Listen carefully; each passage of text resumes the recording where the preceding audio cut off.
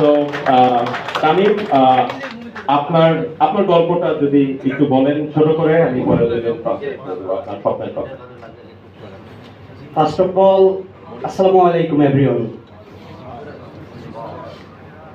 আমি ধন্যবাদ জানাতে চাই ক্রিকেট উইথ সামির কর্ণধার এবং ফাউন্ডার মাহিদুল ইসলাম সামি ভাইকে আমাকে আজকের এই অবস্থানে নিয়ে আসার জন্য। আমি বিশ্বাস করি physically challenge and able and disable both are depend on mentality. একজন ফিজিক্যাল চ্যালেঞ্জ পার্সন হিসাবে আমার ক্রিকেট যাত্রা বা ক্রিকেট খেলাটা ইজি ছিল না। আমাকে সমাজের কটু কথা শুনতে হয়েছে, আমাকে পাড়া প্রতিবেশীর কথা শুনতে হয়েছে, বাট যে মানুষটা আমাকে সবসময় ইন্সপায়ার করেছে তিনি আমার আম্মু।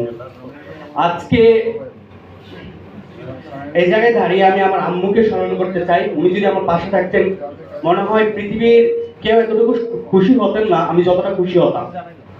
বাট আজকে এটা ডেডিকেট করতে চাই আমার আম্মুকে।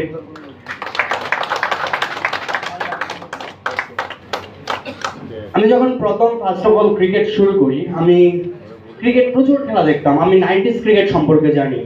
এখানে অনেকে আছেন, এনাম স্যার আছেন, ইমরান হাবিব পার্থ স্যারের নাম শুনছেন। সো আমি ওনার কাছে 90s ক্রিকেট সম্পর্কে জানতাম, কিভাবে 90s ক্রিকেট হতো, আহাবাহুনি, মোহামেডান।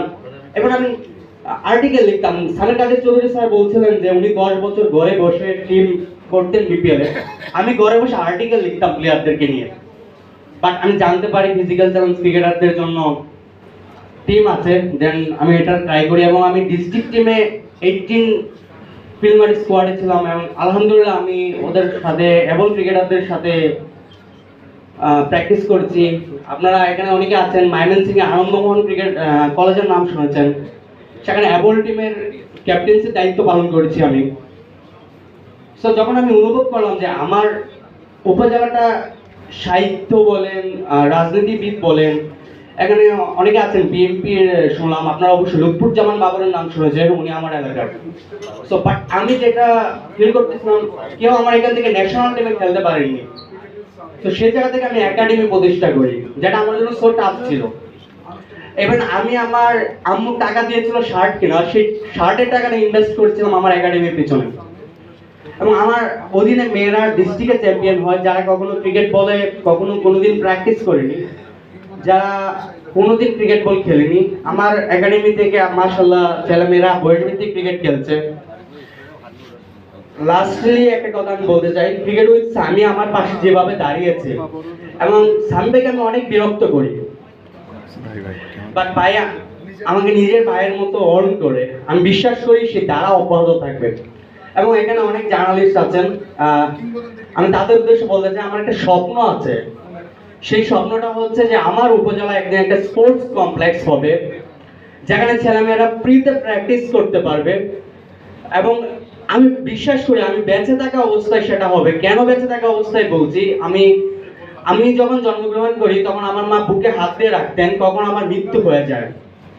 আমি যখন এখানে আসি তখন আমার আম্মু আমাকে জড়িয়ে ধরে বলছিলেন যে তুমি চিন্তা করো না, তোমাকে 12 বছর আমি কোলে করে মানুষ করেছি, হাঁটতে দেইনি। তুমি যদি কোনোদিন হাঁটতে না পারো, আমি তোমাকে আবার কোলে করে বাকি জীবনটা কাটিয়ে দিব। আমার পায়া আস্তে আস্তে চিকন হয়ে যাচ্ছে, হয়তো বা হুইল চেয়ার ইউজ করতে হতে পারে। আমি জানি না কত দূর যেতে পারবো, বাট আমি চেষ্টা করবো জীবনে মৃত্যুর আগ পর্যন্ত যেন ক্রিকেটের সাথে থাকতে হতে। এবং আমি আবার বলতে চাই সামি ভাইকে আমি একটু জড়িয়ে ধরতে চাই এই মুহূর্তে, যদি সামি ভাই একটু স্টেজে আসতেন। Please come over.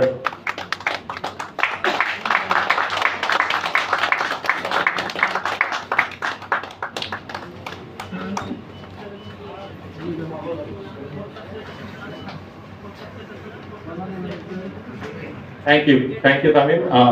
Thank you Sami ভাইকে। তামিম ভাই স্টেজে থাকবেন।